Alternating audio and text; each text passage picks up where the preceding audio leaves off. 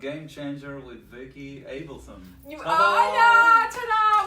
We're going to make you a talk show host. Oh, jeez. All right, so before we even get into anything, I read in your bio that you were a young kid in the band on a talk show in Israel. Well, when I was, I started working as a professional musician when I was really young, like 13 or something.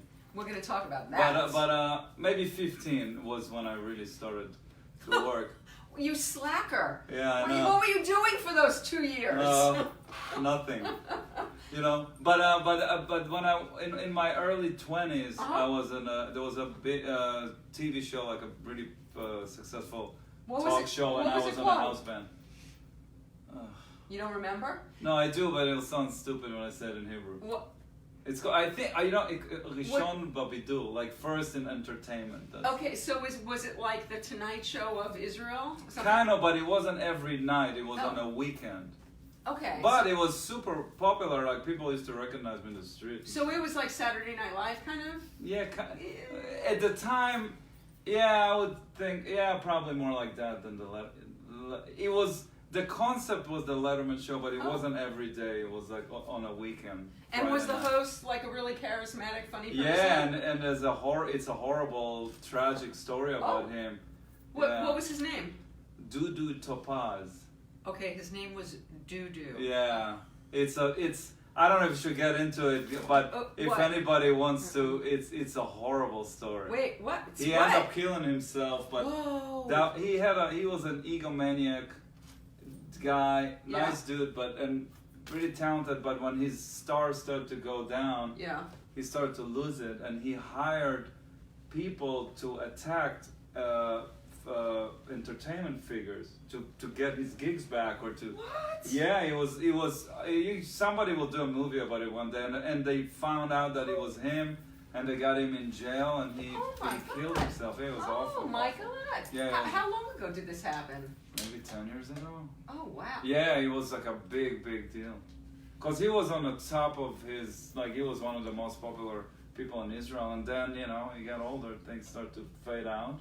And so he thought he was going to get his gig back by killing other people? I don't know if it was killing, but he got some people to like hurt people really bad. Like this woman got almost like beat, not to death, but it was really bad. Oh my God. Yeah, it was awful. It was like this crazy story. Wow. So when I was in the band, he was on the top of his game, So like, would you like the band here, like Will, our friend Will Lee, who did the Letterman show? You play in the guests, you play play behind them, all that kind of stuff. Yeah. And so you're how old when you're doing that? 21. Wow. Okay. So let's talk about this. You're 13 and you're a professional musician. How the hell does that happen? Well, when do you start playing? I started playing at 10. When I was 13, I did my first recording session when I was 13. Who's hiring a 13-year-old? I just played with Dennis Chambers, a famous drummer, and Dennis told me that he played on a hit song when he was 12, on a major hit gospel song when he was 12. Wow. So I guess I'm old. You're a slacker. I'm not like all right. So you started it. How did you was it something you always wanted to do? Did you like rock and roll? Did you like jazz? What got you into music? Why did you start? I don't know what got. I think I started. I don't remember what it was. I think I started somehow listening to the Beatles. I don't know why. Maybe my big brother brought my big brother. I was going to say you're young for the Beatles. Well, but I think my big brother started to bring music home, and then I got into the Beatles. I always liked Israeli pop. Like it's not pop like bubblegum pop. It's like popular music there. So I think what would be like popular Israeli music? Could you liken it to anything like American? Like not really. No. At the time, no.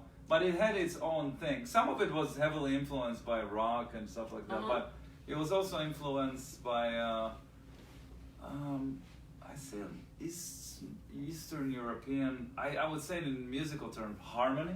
Yeah. There's great writers in Israel, really great writers. So the songwriting was always great there. I really like that. And were you hearing American music on the radio a lot? Yeah. Also American, European. Yeah, of course. Yeah, you're hearing everything. I wanted to play drums, and I remember my mom taking me to see like the Beatles movie, like Hard Day's Night and stuff like that.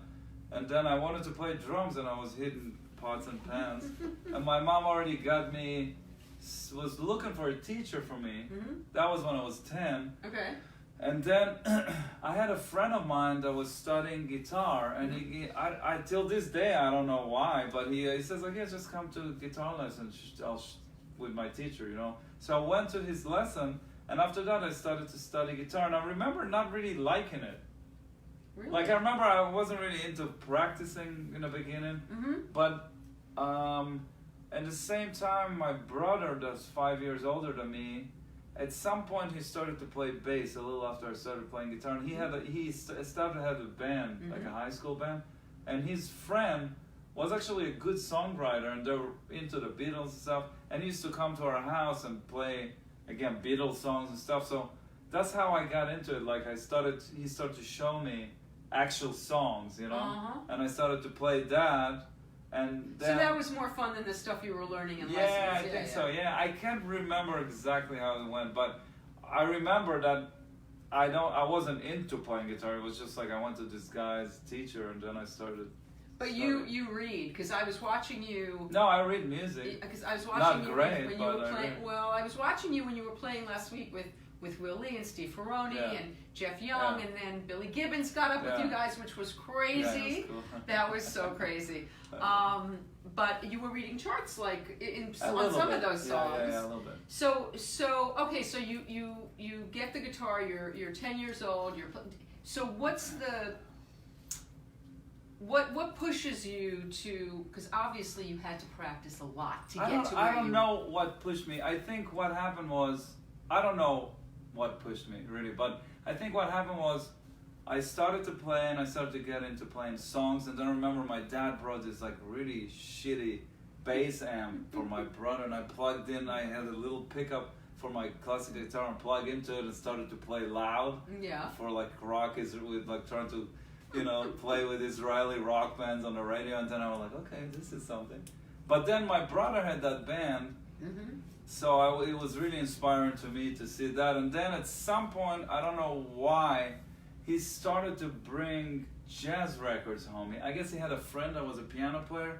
So suddenly I had a Chick Corea record at home, Kid Jarrett's record at home. So then I started to listen to jazz, and I didn't know what it was, but I went to a teacher that started to teach me jazz chords. So then I got into more like advanced music kind of early on. So how old are you when you're playing jazz? See, 11 maybe? I'm 63 and I don't understand jazz now. I sucked at it. It's not that I played it and it was like, oh my God. Yeah, you know, I sucked at it for a long time. Wow. Yeah, but it's I don't think it's abnormal now. I think I see people now through YouTube and stuff. It's pretty, for what I was at the time, maybe it was considered to be a little abnormal, but now. Yeah, but now it's different because now everybody can learn online to do anything. Whatever it is. Well, people can learn online, but they can't really get it unless they're doing it for real. But I see people that are doing it for real that are really young, and it's a whole other level than what I was when I was young. Okay, so how did that so you're in school, you're in Israel. So what part of Israel? Like suburbs of Tel Aviv, just the center of the country. So it's a city-ish. Yeah, very much so, yeah. And it's urban. Absolutely. Okay, so sophisticated. My luck was that because when I started playing, about a year later, I think I was looking to get into a band because I wanted to be in a band like my brother, and somehow a band was formed and I was a part of it. And so since a really young age, I was always playing live, which was really, really great. And so that happened, and then I started to meet people that were kind of developing like me, and we started the recordings of playing. So were you playing with other 13-year-olds, 12-year-olds? No, I was playing with people that were older. You're playing like 20-year-olds, Not 20 years old, but maybe like 18, 17. And so why are they letting this 12-year-old in the band? Well, at the time, let's say it was 12, 13. Because I could... You had chops. A little bit, yeah. I had chops.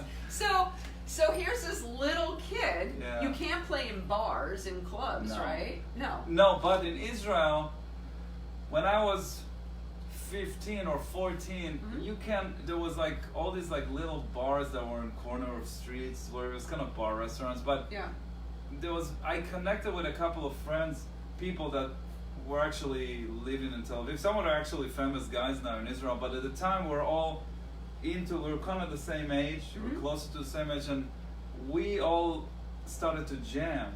And we went to those little bars, and they let us play there. Even though you're underage. Yeah. So in age 15, we were starting to jam in bars.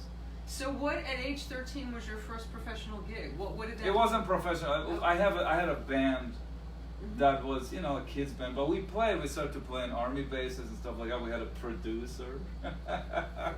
So I think I started to get professional at 15. Because I started. You said you did your first session. The first session I did 13, but it wasn't like super professional. I feel like a slacker now. Yeah, we're slackers, Emmy. Emmy Geisel's back on the camera. Thank you, Emmy. Thank you. So but the first professional gig is there was a famous singer in Israel. Yeah. And I think at the age of 15, maybe she called me. I don't know how to play with her. Yeah. And thinking about it now, I was playing just me and her, and she had hard songs, and it was just guitar and vocal. Wow. And if I had to do this today, I would shit my pants, because it was hard music. And at the time, I was just 15 or 16. I would just go for it, just me playing guitar. Fearless. Yeah, because you didn't really understand what's it was just this is the song, this is the chord. So what's all right, so wait, before we move on, Nick Beck wants to know about your Stratocaster. Yeah. He said, what's the story behind it? He's a guitarist.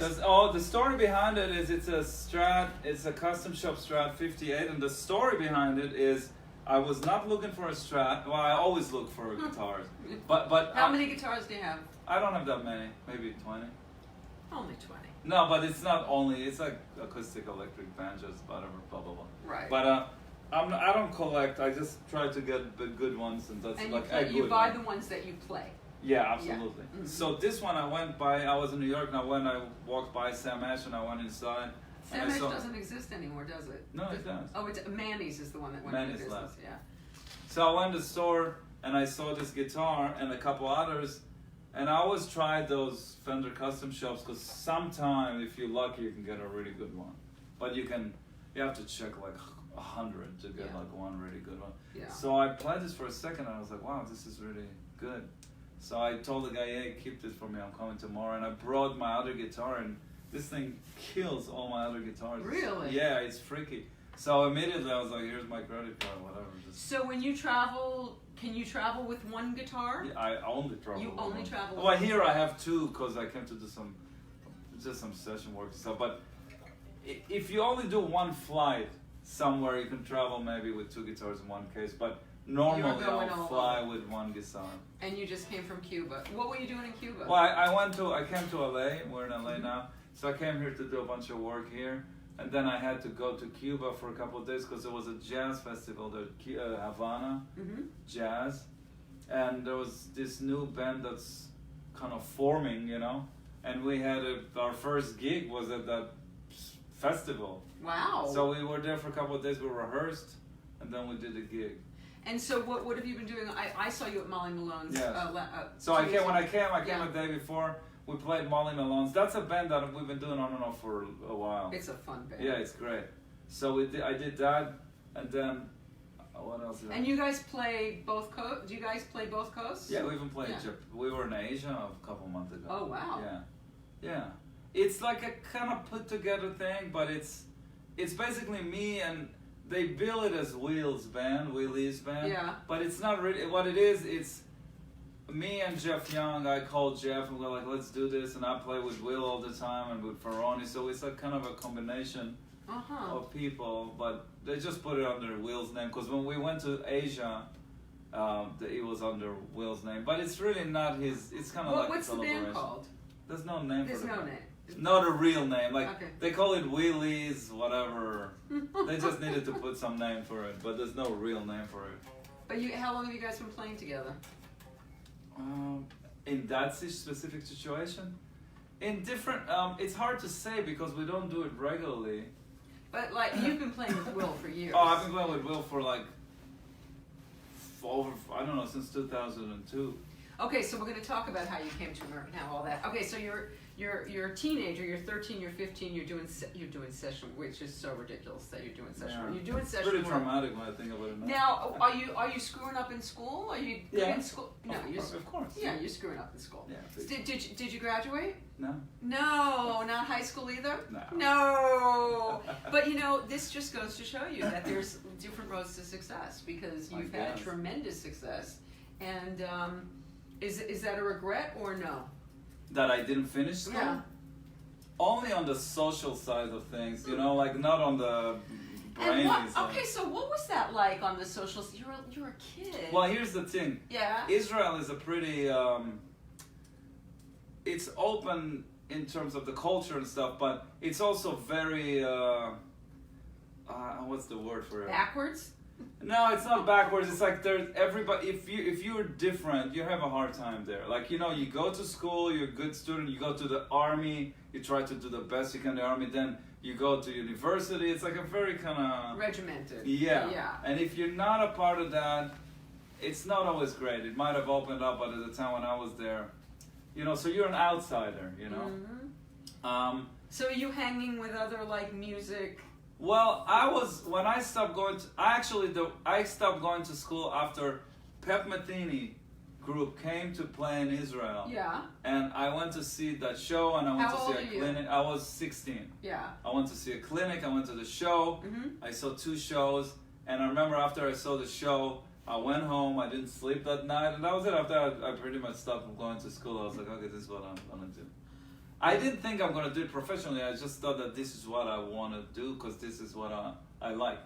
So I dropped out of school, and I was a little freaked out. My parents was a little freaked out. But the thing is, they kind of saw that I was sitting at home all day practicing, so they were cool, Okay, so let's talk about it. Go ahead, what? And the other thing that was that because I started to work as a professional musician at a young age, I started to make money, not a lot of money, but I started to actually make money when I was 16. So nobody could give me shit about anything because I was making money, So when I was 18, everybody was going to the army, or at 20 or whatever, you're still kind of an outsider. There's other people like me, but I was, I was doing TV stuff and all that stuff. So nobody can tell me anything because. How'd you get out of going to the army? That's a requirement in Israel. For those of you who don't know. I was able to do it at the time. It was kind of hard to do, but they don't really want you if you're not into it.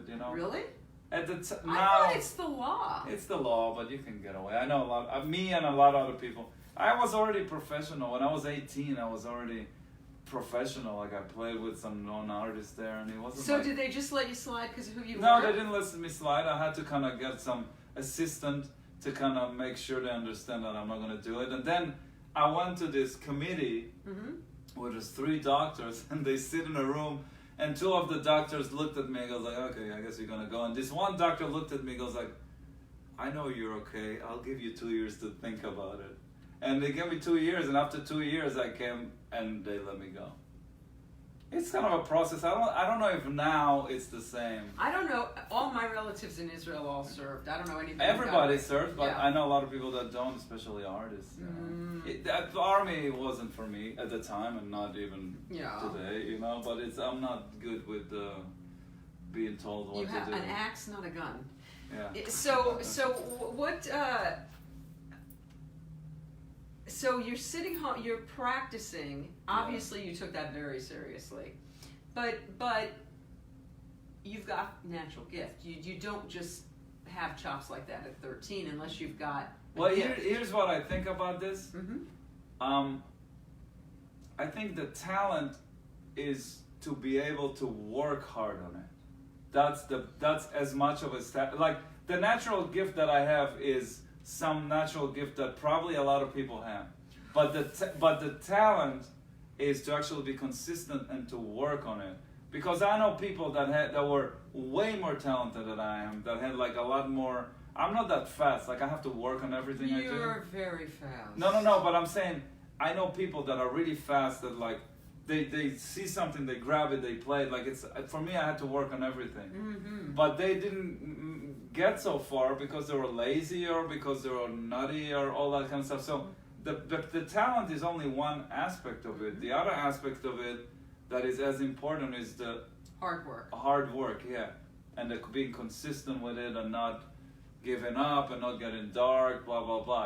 That's a big part of the talent, you know. Is that something that you're still? Oh, Emmy's got a question. Yeah, I have a question. Yes. You mentioned not giving up. Have you had times in your life when you wanted to give up? No. Oh, I like that. No, because I don't know how to do anything else, and I'm not interested in doing anything else. Mm-hmm. I really don't have. This is what I like to do. I'm totally cool with it. I've been doing it. I started when I was 10. Now I'm 46. So what? Like 36 years. I still love it. Like it's the first day I started. You know what I mean? I love it. So do you still work hard at it? I try. Wait, somebody's got a question. We have a question from Pearl Adler. Yeah. What about your parents or siblings? Are they also musical? No. My parents are not. My brother again was, played bass. Yes, that's right. And then my young brother started playing guitar. Like the family we kind of got into music, but my parents were completely not. Really? No, my mom was a teacher. My dad is a engineer. You know. Oh wow. The good thing about me growing up in the environment that I grew up in is my parents never pushed me for anything, but they also didn't kind of cut me off. Like if I needed help, my dad or my brother would drive me somewhere or stuff. But it was. Yeah, how did you do that? How did you go to gigs and stuff? My dad, my brother would drive me. Literally, it was. So the little kid would get dropped off at the club. Yeah, it was pretty much like that. I remember doing gigs when I was that age 16. My dad will drop me and come and pick me up. That's pretty damn nice. Yeah, I know. Now I think about it, it's like, hey, it is. Yeah, that was really a real pain. And your parents, yeah. Well, because you're gonna have this lifestyle stuff. All right, but let's talk about that for a second, because that lifestyle, but no drinking, no drugging, right? No, nothing. So I've never done that ever. Is that normal? Is that average? Do less people get crazy in Israel? Or? No. I've been in this. When I grew up, this is kind of interesting. At around the age of 15, I connected with a bunch of people. I shouldn't say the names because Israeli people will know who they are. Okay. They were siblings of famous singers or actors, blah blah blah. And some of them became really famous in their own rights as artists. Like now they're like the big guys in Israel. Right. So I grew up with those guys and. They were from your town? They were from Tel Aviv. I was of suburbs of Tel Aviv. So I started to play with them. Okay. And it was the age of 15, maybe 16. They would get high and they would drink, and it freaked me out. And physically I could never handle it. But I've seen it around me since a young age. Sure. And I also saw the effect of it. I remember one time we were jamming, everybody got high and really played horribly bad. And you were the only one who knew. I was the only one that was sober. I was like, this really sucked. And everybody was like, man, it was the best. So I saw that aspect of it. And also, there was a few guys that, because of a young age, they did drugs and alcohol. They end up in mental hospitals. A few. So I saw that side and Did your parents drink? No, not at all. My parents are straight up.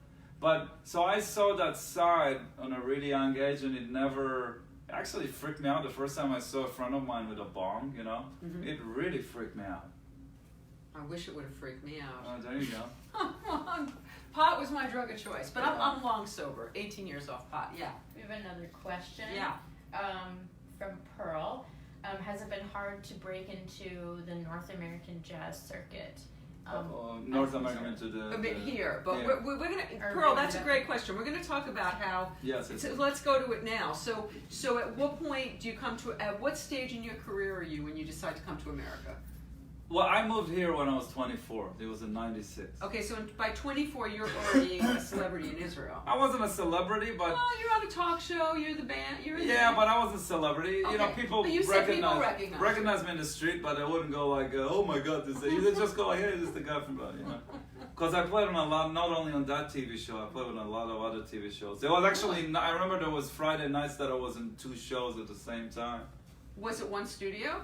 No, it was just like you film two things and they air at the same time. Oh, I see. Yeah, so I've done that a bunch. But I played, when I was 24, I already kind of played with a lot of people there. Mm-hmm. I've done a lot of jazz gigs there. So so in Israel, was it mostly jazz? Was it? It was always both. I always had this schizophrenic upbringing with my music. Do you have a preference? Like if you're going to sit home and you're going to listen to music, here's my preference. Okay. My preference is when I fly places, I need like songs. Okay. Like doing the brainy jazz stuff doesn't work for me. Okay. When I'm home, I will listen to jazz. When I need to study, I would more listen to jazz. But I also listen to blues. Jews. I'm Jewish. I'm not insulting Oz. So do Jewy. That's what. So the jazz is when you're doing something else. No, I'm a jazz musician. My whole bring and my whole education is jazz. Okay. But what hits me in the heart is not always jazz. Okay. That's really all it is. And I still don't understand progressive jazz. Yeah, there you go. So, and I don't blame you. Mm-hmm. You know, it's some of it really is brainy. You know, it's in the brain. It is. And I like some of it, but sometimes I get tired from it. And I really love songwriting. So when I grew up, I started playing pop, you know, like songs and stuff, but at the same time I was playing jazz, so it was always both. Do you write lyrics? No. No, you're an instrumentalist. No, yeah, instrumentals. But because I was doing studio work in a young age, I got into electric guitar and those sounds and all that kind of stuff. But at the same time, I wanted to develop as a musician, so I learned jazz. So do you ever collaborate with lyricists? No. And you don't. It's your music. It's your music. It's instrumental. Yeah. Okay. I'm not good at collaborating, and the times that I did collaborate, which is rare, but sometimes there's collaboration, musical collaboration. I don't like that kind of stuff. It doesn't.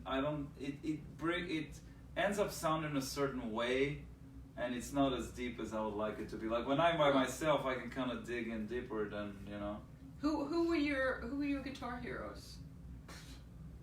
I guess let's say when I started, after the Beatles were whatever they were, then, you know, the first time I heard like John McLaughlin or Al Di Meola or Paco de Lucia, things like that, like they were really kind of virtuosic.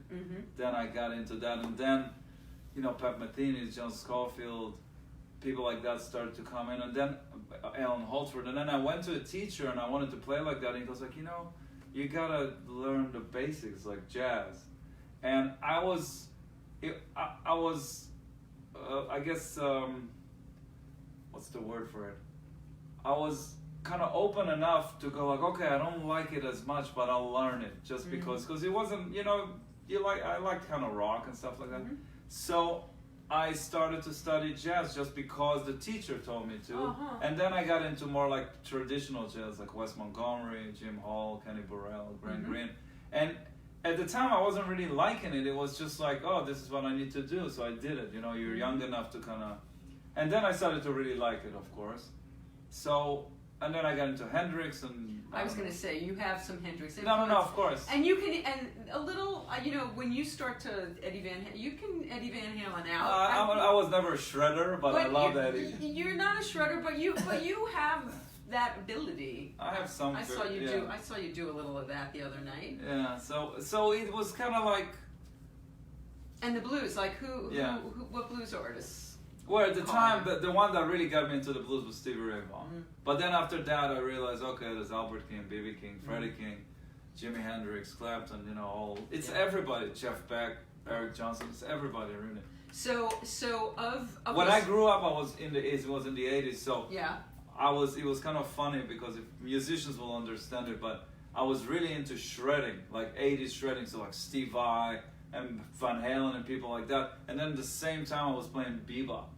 It was like as extreme as it can get. People told me, man, you're crazy, you have to decide what you want to be when you grow up. No, it's nice that you can do all those genres. Exactly. At the time I was like, I like both, I'm not gonna, you know. So were you making a living doing both? I was making some living doing both, yeah, because I could play jazz gigs, which I've done a lot, and at the same time I would do pop gigs. I would play with like pop artists in Israel, yeah, and I would do session work, yeah, sure. So this is still kind of what I'm doing just till today, really, when you think about it. Because I have my own solo career, which like is the music that I do, which is like a mix of you could call it a mix. I call it electric jazz. Okay. You know. Then I do have gigs that I play more straight ahead jazz. I just never recorded a record with that yet. But there's the other side when I do singer-songwriter stuff and I play on sessions and do rock stuff. You know. So, and you've played with unbelievable people, which we'll get to. You have a question? No. Oh, okay. If you guys do have a question for us, hit us up with it. So you come here. Why do you come to America? I come because for some reason when I was growing up, at some point everybody goes like, oh, you gotta go to New York, because when you're from a small town, you want to kind of. And I was already kind of playing jazz. I had a bunch of good friends I was playing with that some of them actually made really nice careers as jazz players here, and they moved to study at, I think it was a new school or something, 4 years before I did, when they were 20. So I know Yossi Fine from before. I know Yossi very well. He was already established in New York before I came. There's a couple of there was an electric fiddle player that I can't think of his name. Anyway, so there were a few players that I knew. So they were good friends of mine. They left Israel. It was pretty traumatic for me because all the guys I played with suddenly left. But I didn't have the balls to do it when I was 20. So I had to wait till 24. And when I was 24, I was, okay. So financially, you're doing okay? Financially, I saved as much money as I could. It was $10,000 at the time. Okay. So you think about it, $10,000 in a month in New York, it's just like, gone. But at the time, so I came to New York with $10,000 that I saved from working in Israel, and that's that. Okay, so you got here. Yeah. Well, not here, but you got to New York. Yeah. And how are you gigging? How does your career start in New York? I had my friends that were all these jazz guys, so they actually didn't really get me anything, but at least they told me they were playing. There was a place called Smalls, it's still around, jazz club, so I started to hang at Smalls and meet all the jazz guys, and at the same time started to go to jams, like blues jams or that kind of stuff. You just start to hang, and the first 8 months when I was in New York, my whole schedule was upside down. I would go to sleep in the morning. Yeah. Which was really fucked up. Were you making money? No. No, you were just jamming. No, I was just meeting people and jamming, yeah. It took a long time. So what was your first real gig in New York? What was my first real gig? With who or where? I don't think I ever had a first real gig. It just starts to have little trickles of little gigs, and suddenly you do a cafe here, a jazz gig here, suddenly I wasn't aware that there's club dates, but you do a club date like a wedding or something like that, and you start to make a little bit of money here and there. Things kind of start to happen. The first kind of gig that was like a gig that I got was playing with Richard Bona, the bass player. Actually, it's really funny. I'm doing a record here. Last 2 days, and Richard came to the studio yesterday. I haven't seen him in a year. Nice. But so he was like and in the same time, I was playing, Gavin DeGraw, he's a pretty famous pop guy. So he got discovered at this club that I used to play with sometimes, and because the lady that owned the club is called Wilson's, it was on the Upper West Side, she used to call me to do club dates for her. So Gavin, when they had this R&B jam session at that club, and everybody used to play like Prince will show up, Stevie Wonder. Yeah. So one time there's a jam session and some white kid, it was more R&B, and some white kid comes and starts playing piano and singing, and apparently everybody flipped out, and she got a call. She goes like, you got to check this guy out. So she comes in, and obviously Gavin had a couple of really major hits, pop hits. So she comes and she goes, okay, this guy obviously is the new thing, So she calls me and a couple other people to do a showcase for Nile Rodgers. I love Nile. And then Nile started to produce a couple of things. So anyhow, this is back in the. It's like early 90s? late 90s, late 90s, like maybe 99 or something like that. So I started to play with him, and then he got signed. I got a record deal, blah blah blah. So that was like kind of my first real gigs, let's say. What's your first big gig? Like when you are playing like a big venue? I don't know. Because you played with incredible people. Yeah, a lot of the people I play with was, the people that I play with steady were like, I guess Richard, Gavin. I've done a lot of little things, like How'd you get to play with Sting? Exactly. So I was in a house band for a couple of those. There was this one year that I got called to do some work in a house band. So, you know, we did like the Songwriter Hall of Fame. So we played with Sting, we played with Aerosmith, we played with a lot of people like that. So that's suddenly like in one night you play with like 10 of your heroes. So that's like doing it with Paul Schaefer or something? It wasn't Paul Schaefer, but it was somebody like that. Right. So I did a few of those, and when you do those, you get to play with a lot of people. Right. Like I played with the original Foreigner guys, and we played like I Want to Know What Love Is. I actually played the greatest moment of my career was playing Walk This Way with Aerosmith with like Steve Perry and Joe Perry and Steve Tyler. And I played the rhythm guitar for Walk This Way. That was the greatest. And I remember asking what's it, Joe? Asking Joe, I was like, is this okay? And he was like, yeah. So what other, you've played with such incredible people, what other it's highlights? Just situations. That's a highlight. That's a huge highlight. My highlights are more like jazz highlights. Yeah, like playing with guys that I grew up with, or like I grew up listening to, or like playing in situations. Like I don't know, Chick Corea played on my record. That's pretty good, you know. That's pretty good. Stuff like that, or Alan Toussaint played on a couple of my records. Alan Toussaint actually used to come and jam with us all the time in New York. So things like that are more the things that get me, you know what I mean? I played The Garden recently with Idina Menzel. Okay, that's pretty cool. How did you get to play with Idina Menzel? Because she's from New York, and the musical director, I've done a couple of tours with her. And, you know, so the last tour we did was all arenas, you know, it was like a month.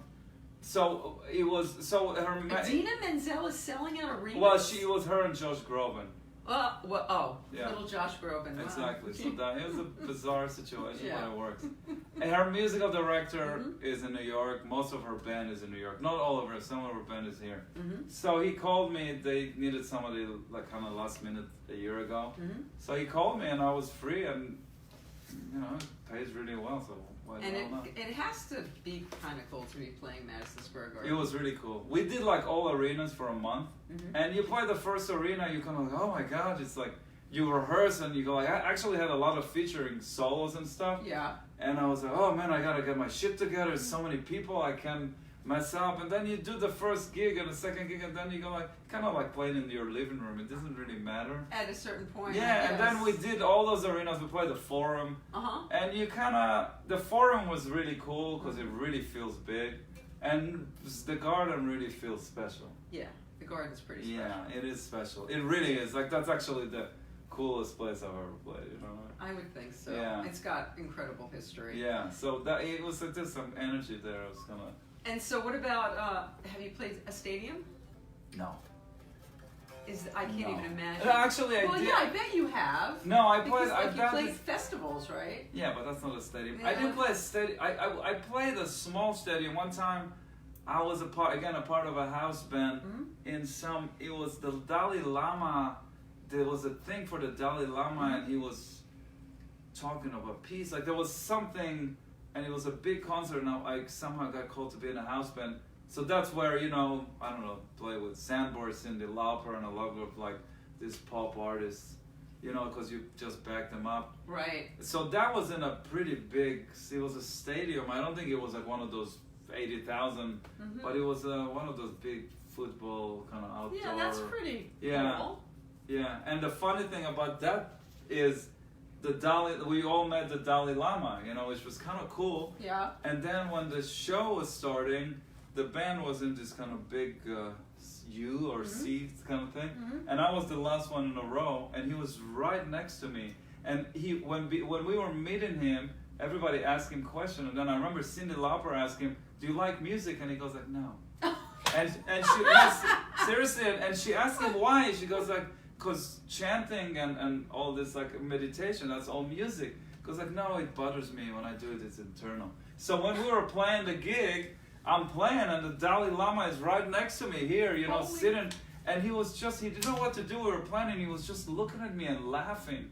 It was so surreal. Yeah, because he didn't know what to do. He was just looking at me and laughing. It was really surreal. Well, you made the Dalai Lama laugh. And you know what's really weird? We just went with that band that you saw with Will. Yeah. Ferroni didn't go with us to that tour. It was me, Jeff Young, and Charlie Drayton, actually. Mm-hmm. We went to Asia. We played Japan for a couple of nights and then China.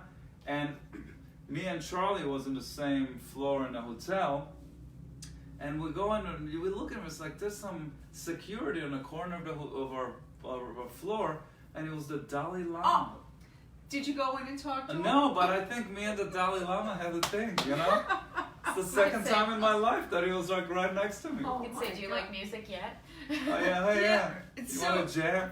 Oh my God, that's so, for somebody to say they don't. My stepfather used to say he didn't like music. That's weird. That's a very weird thing. The Dalai Lama said it, I swear. It's like, I understand not liking a specific type of music, but just not liking music as a blanket statement. I can't imagine. Very bizarre. He's got other things on his mind. I guess he's got other things on his mind.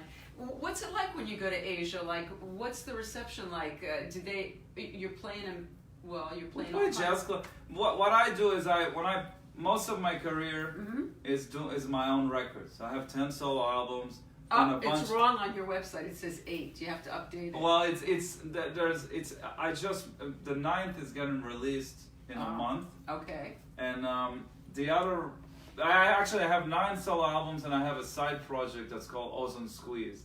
That's not my website. This should be on my resume. Ozone Squeeze. What? Ozone Squeeze. It's a band that I have with a singer that plays keyboards and sing and plays synth bass and a drummer. It's really cool. Cool. And we play songs. It's more like song oriented.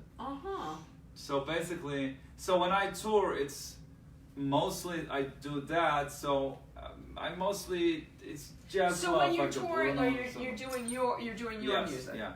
Okay. Unless I get hired and get a lot of money to play with. Like Idina Menzel. Yeah, people like that. That's kind of worth it. Yeah.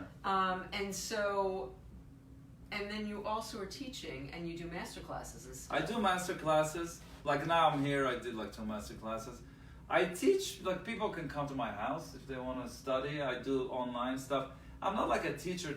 Like I have a bunch of instructional videos. Yeah, you I actually have a bunch. I have a little too many because it's like some of them I repeat just, because I only know so much, but. Because I only know so much. I don't know if I'm buying that. No, but I've got a bunch of those, and then people can come and just take lessons from me, So, well, that's pretty cool. Yeah, it's totally cool. You do it in LA? You do it in New York? Where do you do it?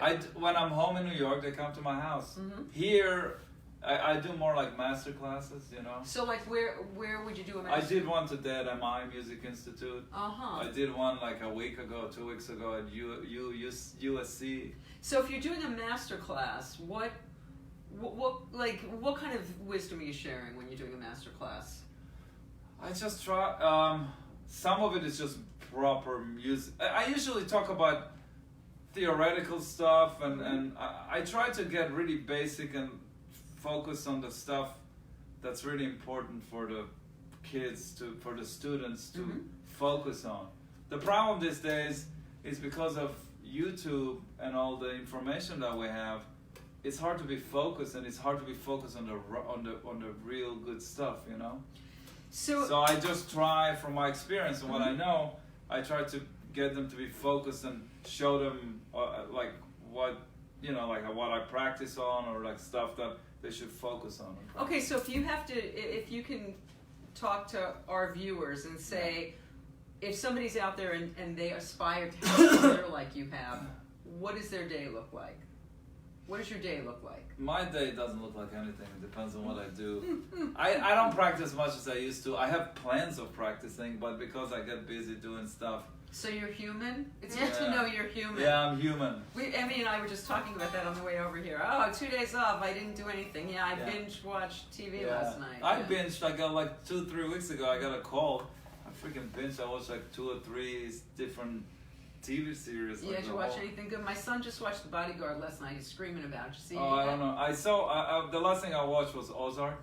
That's pretty good. Ozark. And then before that I watched, the best one I watched was, I love that Man in the High Castle. I like That's it too. awesome. Did you see The Fall? The Fall's my favorite. Oh, Fall's I don't my think I can keep it. I'm trying not to get into it because if I get into it, I won't leave my house for like 2 weeks. I know. Well, I know. When I start one of those, I go in and then I watch Fauda. You watch Fauda? Oh, you gotta watch Fauda. It's an Israeli. It's pretty popular now. No. It's an Israeli series. It's. Did you watch Breaking Bad? Of course, I didn't leave my house for 2 weeks. No, I literally didn't leave my house for 2 weeks. I didn't get out of bed. I literally stayed in bed. Yeah, so I saved those for. Yeah, I watched those all at once. Yeah, so I'm trying. Well, so I hear The Bodyguard is really good. It's on Netflix. Yeah. My son just binged it yesterday. It's only like 6 episodes, so you can do it really fast. Oh, wow. So wait, Pearl has another question. What is Pearl saying? Pearl wants to know if you, when you play with Americans who have studied music at a university, if you notice a difference in playing based on how you learned. No, because I didn't learn in a university, but I learned with private teachers. Mm-hmm. And music is a universal language, so everybody at the end of the day know the same stuff. It's just how they approach it and how they use it, you know? Mm-hmm. So I don't, if you know what you're doing, I know people that are self-taught that don't know what they're doing and they're still great. So if you're on a gig, does everybody read? Like if you No, not necessarily. Wow. I just did a record now. I came here to do this guy's record. He's an amazing bass player. His name is Adrien Ferrar. Mm-hmm. He's a French guy. He lives here. It's incredible. Like he doesn't read. So, and the drummer and the keyboard player on the gig we did the record. Amazing players, like amazing. They don't or barely read either. So I was the only one that read, and the music was hard. Like hard. And he sent me the stuff and he goes like, oh, don't worry about it. I was like, what do you mean don't worry about it? Are you out of your mind? This is hard stuff. So he had to get charts for me, and everybody used the charts a little bit, but it's like it depends on how you use it. So the guys that aren't reading, they're getting a they tape and they just learn. Yeah, they just memorize it. Yeah, which is amazing to me. I don't know how they do it, but if you're used to doing it that way, great. But you must have an unbelievable ear to have. I don't have an unbelievable ear. I think the guys on the studio had way better ears than I do.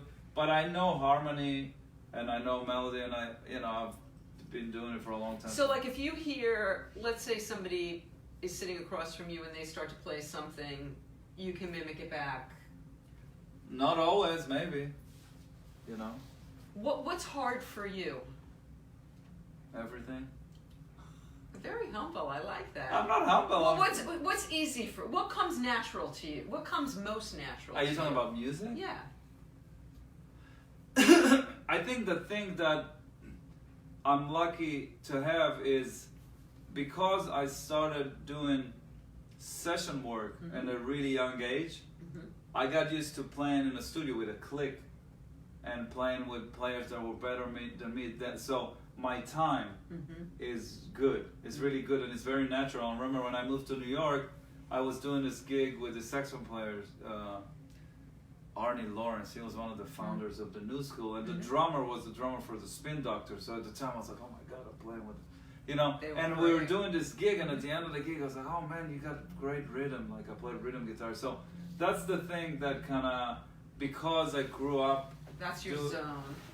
It's just the one thing that I have kind of naturally, like having good time. And it does really, when you play popular music, if you don't have good time, you can't be a musician.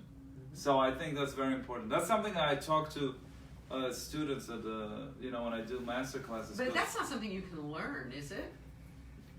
You can get better at it. Let's put it like that.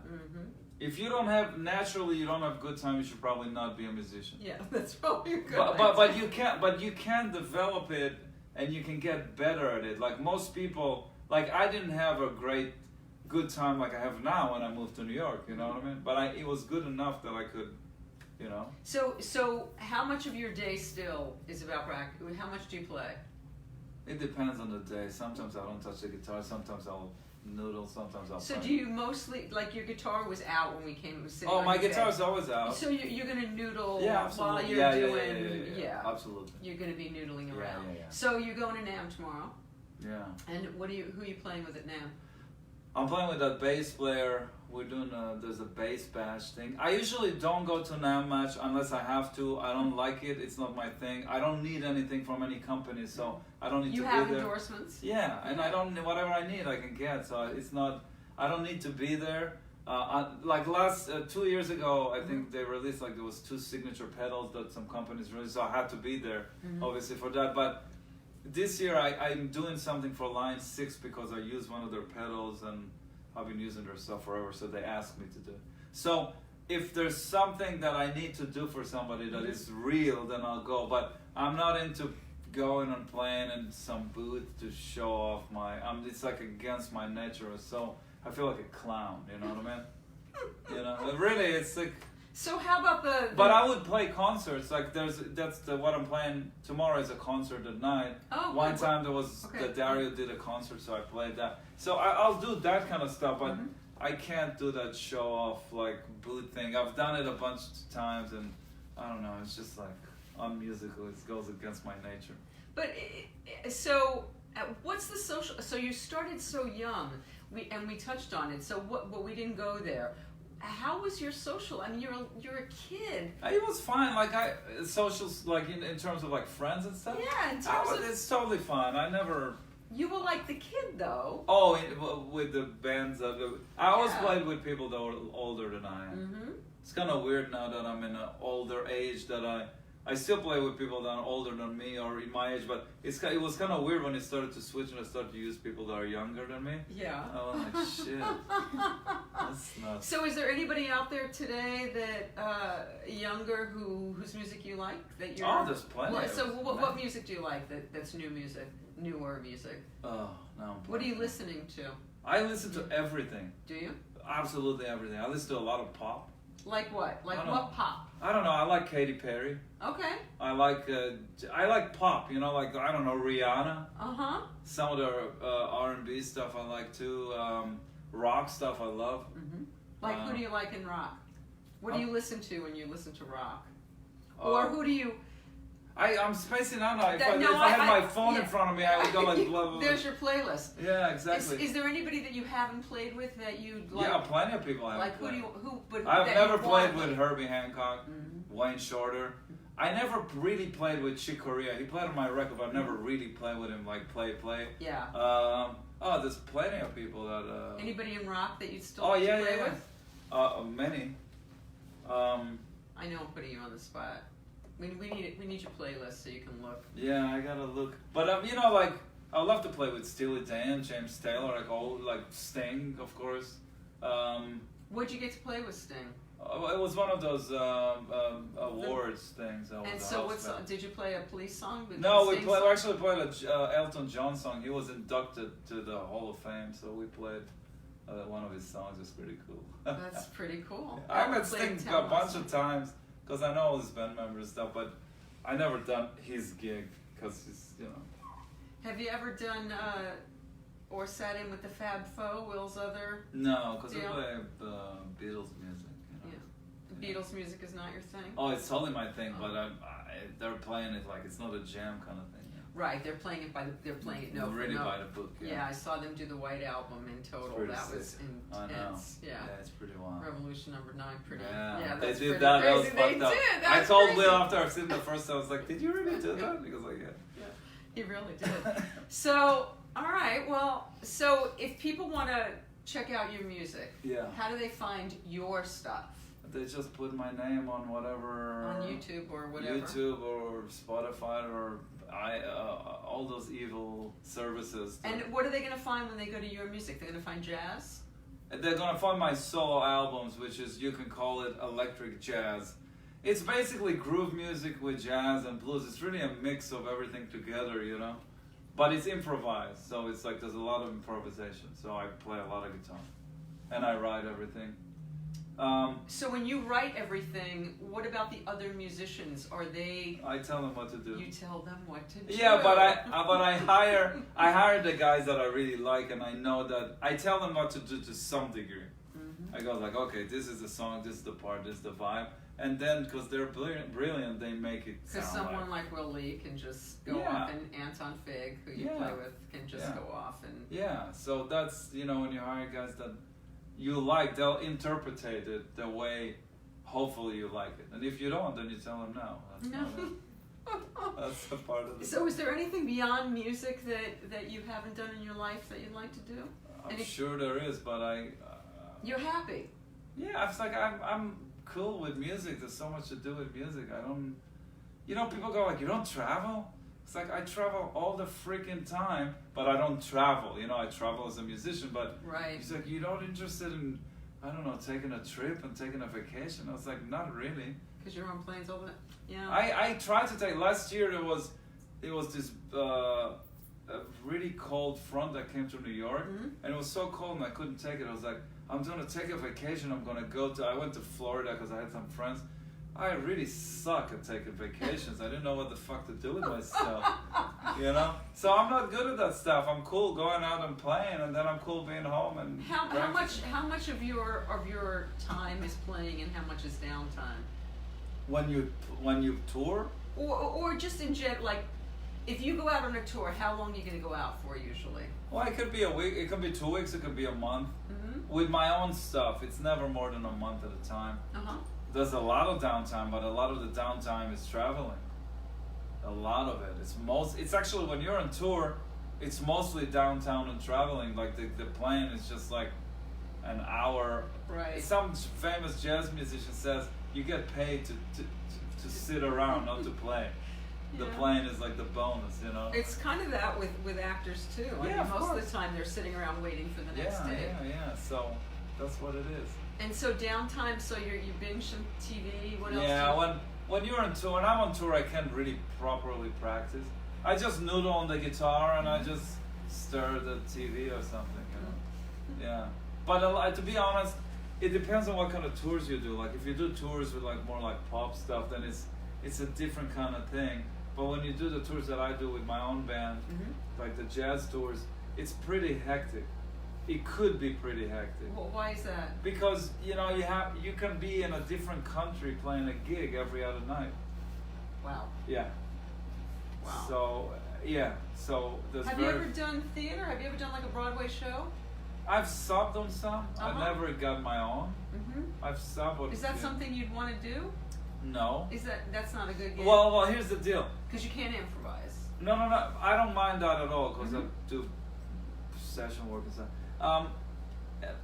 Unfortunately, New York has changed and the music scene has changed. So the main gig in New York these days is Broadway show. So I would love to have a Broadway show that I'm the main guy, because in terms of work, you can sub it 50%. So you can do anything you want, like tours and other stuff. And then when you're in town, you just go for 2-3 hours to the theater, play, and go home. So financially, it's the greatest thing to have. But mentally, it burns your freaking brain and your soul. How so? Because if that's the only thing you're doing, it's pretty much like going to it's an office job. It's got nothing to do with real music. Creativity. It's not creative at all. So I'm sorry if somebody gets offended by this, but this is kind of how but as a work, like to have a steady work in New York is like the best thing you can, hope for. And now there are so many, exactly. like rock music. All my friends play at Broadway shows. I don't like to sub in those things because it's not worth it for me, because you have to spend a lot of time learning it. But if somebody will offer me a gig, I'll take it. Come on now. Maybe Mark Shaman's watching. Come on, dude. I can play a banjo, mandolin, everything.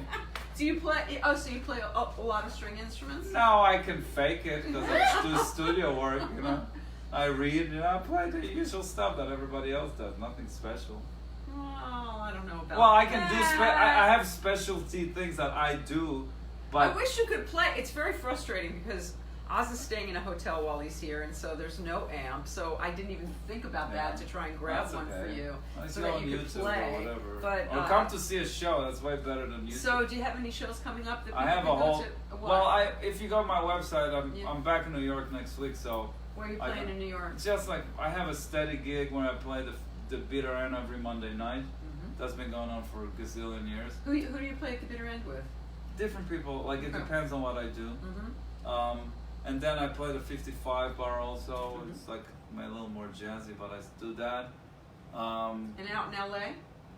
In LA, this time I just came from more doing the recordings and some clinics. I have my new record's coming out in March, so I have a month tour in the US that's starting at the end of February. Oh, that's the one where you're going to be in Chicago. Yeah, I'll be in Chicago. I'll be in LA Rick. March 1st and 2nd playing Catalina's.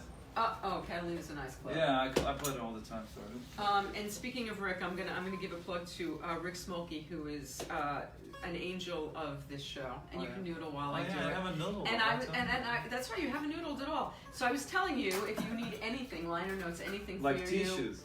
Well, he made the box, right? And it's the artists that have been in my living room, cool. and he made my bookmarks. I have a book, and so he made me bookmarks. Oh, that's so cool. And business cards, and he's really. But Rick Smolke, Quick Impressions in Chicago, for all your printing needs, great human beings that do a lot for humanity, and that's important. And also, my hairdresser, who I was supposed to go on Thursday before now, instead I'm going, so I have to color in.